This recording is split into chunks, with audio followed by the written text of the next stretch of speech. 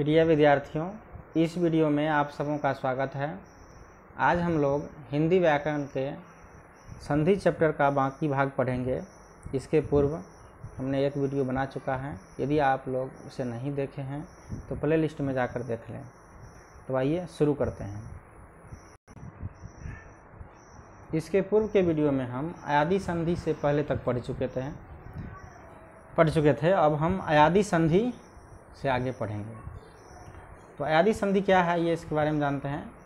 तो इसका नियम है, यदि ए, ऐ, औ के बाद कोई भी स्वर आए तो ए के स्थान पर आए, ऐ के स्थान पर आए, औ के स्थान पर अब और औ के स्थान पर आब हो जाता है।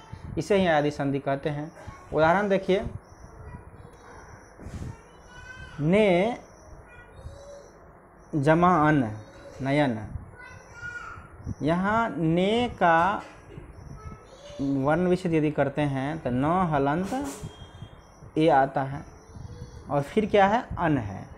नियम जो कह रहा था उसको थोड़ा सा ध्यान से देखिए कि ए या ए, ऐ, ओ या औ के बाद कोई भी स्वर आए तो यहाँ पे ए के बाद कोई स्वर, यहाँ पे ओ आ रहा है। कोई स्वर आए तो क्या होता है, तो ए के स्थान पर आय हो जाता है। एक स्थान पर हम क्या लिख दिए, नीचा में आय लिख दिए। अब यहाँ देखते हैं कि ये जो एक स्थान पर आय हो गया वो जुड़ करके नयन कैसे बना रहा है। तो न हलंत जमा अ, ये दोनों मिलके क्या हो गया, न हो गया। और य हलंत जमा अ मिलके य हो गया। और फिर न तो यहाँ है ही, तो क्या बन गया, नयन बन गया। इसी को हम अलग अलग करके यहाँ लिखे, न हलंत जमा अ, य हलंत जमा अ, फिर न हलंत। और यहाँ जमा नहीं लिखे हैं, अलग अलग करके लिखा हुआ है। फिर यही तीनों चारों जो मिल रहा है, तीनों वर्ण करने के बाद जो 6 गो वर्ण हो रहा है, यही जो मिल रहा है सब मिलके क्या बना रहा है, नयन।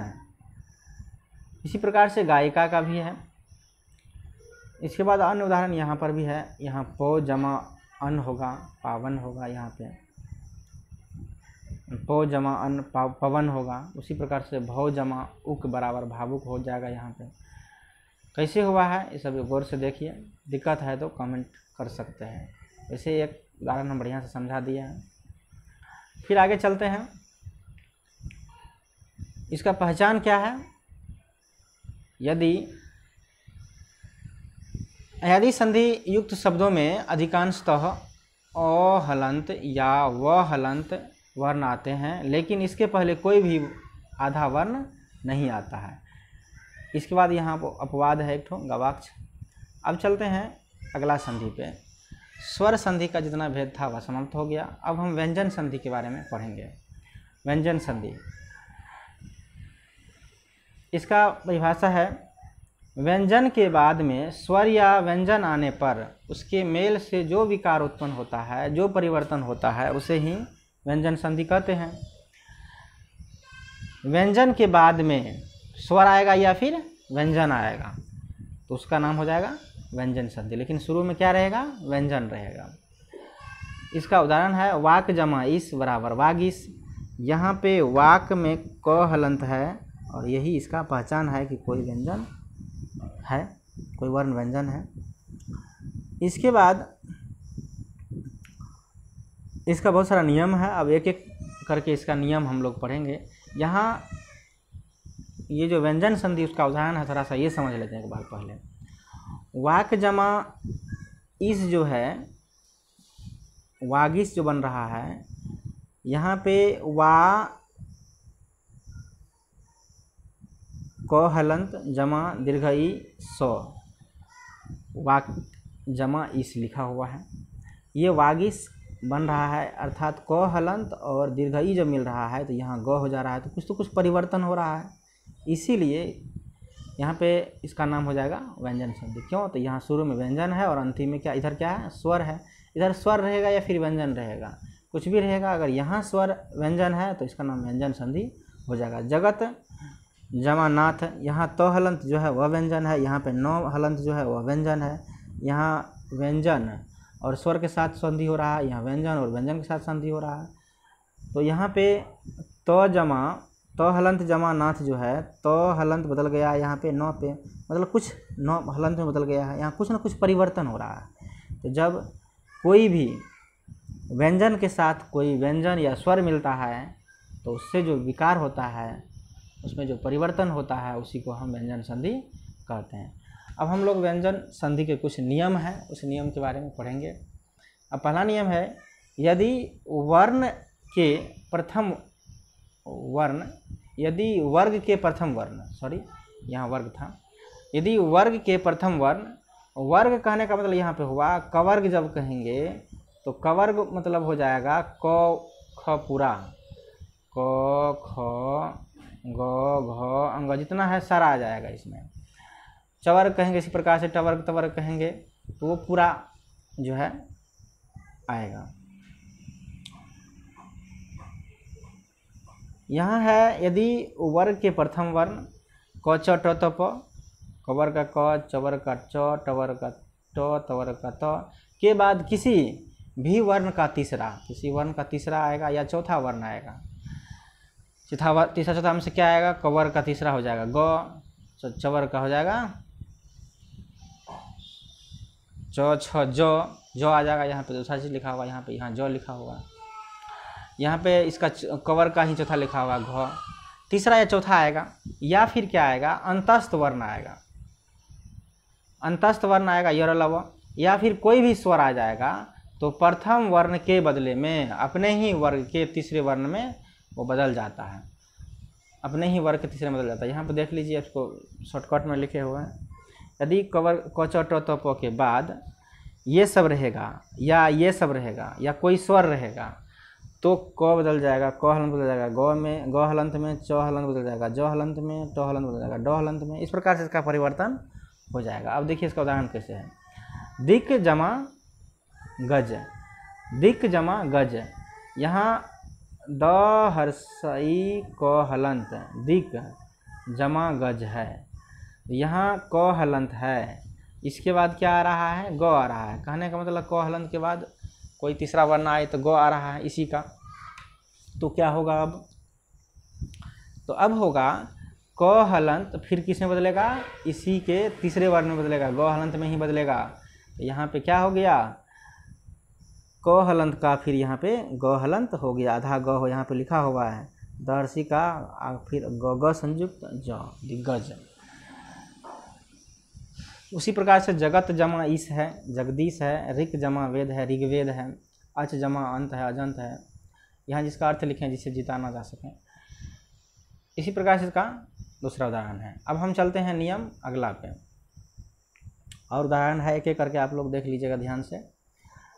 नियम नंबर 2 कह रहा है, यदि वर्ग के प्रथम वर्ण क च ट त प के बाद नौ हलंत या मो हलंत आए, क च ट त प के बाद क्या आएगा, नौ हलंत या मो हलंत, तो प्रथम वर्ण अपने ही वर्ग के पांचवें वर्ण में बदल जाता है।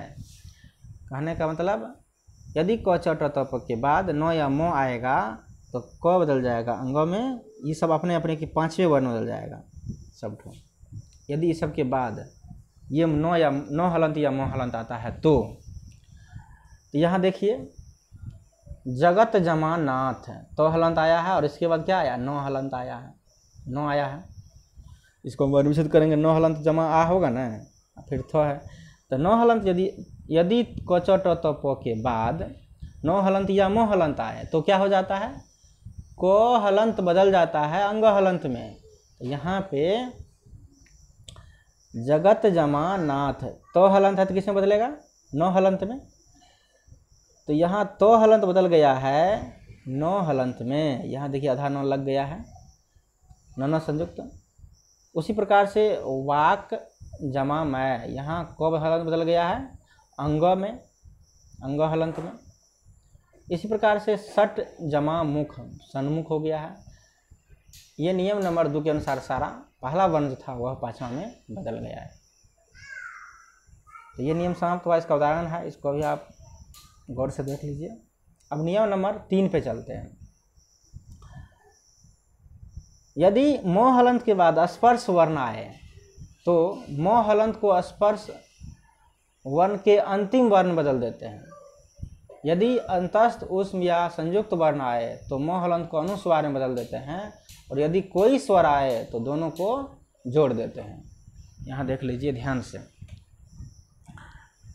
नियम कह रहा है म हलंत के बाद स्पर्श वर्ण आए। स्पर्श वर्ण आए कहने का मतलब क से लेकर के म तक का जो वर्ण है उसको स्पर्श वर्ण कहते हैं।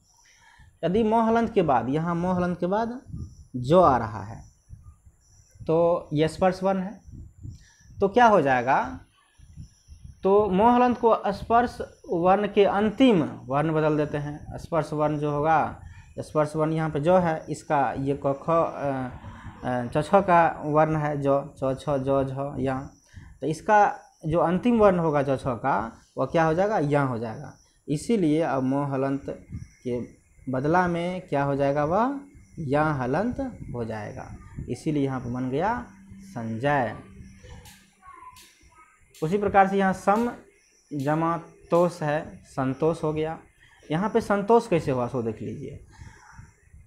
यहाँ नियम जो कह रहा था कि म हलंत के बाद क्या हो जाएगा, यदि म हलंत के बाद स्पर्श वर्ण आए, तो यहाँ पर भी क्या हो रहा है, म हलंत के बाद तो आ रहा है जो कि स्पर्श वर्ण है। हम पहले ही बता चुके हैं क से लेकर के म तक का जो वर्ण है वह स्पर्श वर्ण है, तो क के बाद क्या आ रहा है, स्पर्श वर्ण आ रहा है। तो किस में बदलेगा, इसका जो पांचवा वर्ण है उसमें ये बदल जाएगा म वाला। तो का पांचवा वर्ण क्या है, तो थ द ध न, तो म के बदला में क्या हो जाएगा, आधा न हो जाएगा। तो यहाँ पे स आधा न कहने का मतलब न हलंत, तो न हलंत का आधा न लिखा जाता है यहाँ पे, तो स आधा न, फिर ये तोष पूरा पूरी लिखा जाएगा, हो जाएगा संतोष। इसी प्रकार से अन्य उदाहरण है, आप इसको एक एक करके ध्यान से देख लीजिए। सम जमा आचार ये बहुत ज़्यादा प्रचलित है, इसलिए यहाँ पे टिक लगा दिया गया है। उसके बाद अब हम लोग नियम नंबर 4 पे चलते हैं। यदि स हलंत या त वर्ग के बाद तालब स हलंत या च वर्ग आए तो दंत स हलंत के स्थान पर तालब स हलंत तथा त वर्ग के स्थान पर क्रमशः च वर्ग हो जाता है। अर्थात यदि दंत स या त वर्ग के बाद, दंत स है यहाँ पे या त वर्ग है यहाँ पे, तो सदगन है ना, इसके बाद च वर्ग आए, इसके बाद च आएगा या फिर और कुछ आएगा, तो उसके स्थान पर क्या हो जाएगा, च वर्ग हो जाएगा। यहाँ देख लीजिए आप। इसके बाद यहाँ उदाहरण देखिए, निस जमा चिंत बराबर निश्चिंत, उत्जोर चारण बराबर, यहाँ निस जमा चिंत है, तो यहाँ स हलंत के बाद क्या आ रहा है, च आ रहा है। स हलंत के बाद च आ रहा है, तो ये तालब दंत स जो है वह तालब स में बदलेगा। तो यहाँ पे हो गया न हर्षी दंत स का तालब स हलंत, फिर चिंत यहाँ पे इसमें के साथ जुड़ गया, तो निश्चिंत हो गया। उसी प्रकार से उत्त जमा चारण है, उच्चारण हो जाएगा। यहाँ पे प्रज्वलित ऐसे लिखना सही है, यहाँ पे ऐसे गलत है, ये चीज़ बताया गया है। अब नियम नंबर 5 चलते हैं। यहाँ कुछ एक 3 शब्द जुड़ा हुआ है, इस पर ध्यान दे देते हैं। यहाँ जो सत जमा चित जमा आनंद है, यहाँ जो सचिदानंद बना हुआ है, यहाँ चित जमा आनंद को देखेंगे, सत जो है इसके साथ ये जुड़ा हुआ है और ये अलग है। तो सचिदानंद का ध्यान रखिएगा विशेष रूप से, इसमें 3 वर्ण आता है, सत जमा चित जमा आनंद। नियम नंबर 5 का, यदि त हलंत के बाद ह हलंत वर्ण आए तो त हलंत के स्थान पर द हलंत तथा ह हलंत के स्थान पर ध हलंत हो जाता है। यहाँ देखिए उत जमा हार उद्धार हो गया है, पद जमा यहाँ मिटा गया है, तत् जमा हित बराबर तद्धित, और उत जमा हद ह बराबर उद्धव। यहाँ पद जमा इति होगा, पद्धति यहाँ पर किया गया है। उसके बाद हम लोग चलते हैं आगे उदाहरण है उत जमा हरण बराबर उद्धरण। नियम नंबर 6 कह रहा है यदि त हलंत के बाद तालब स वर्ण आए तो त के स्थान पर च हलंत तथा तालब स हलंत के स्थान पर छ हलंत हो जाता है। त के स्थान पर च हलंत, स हलंत छ, यहाँ पर उत जमा शासन बराबर उच्छासन, ऊंचा शासन, उत जमा शासन बराबर उच्छ्वसन। अगला नियम है, यदि त के बाद ल वर्ण आए, ल हलंत वर्ण आए तो उत जमा लेख बराबर उल्लेख।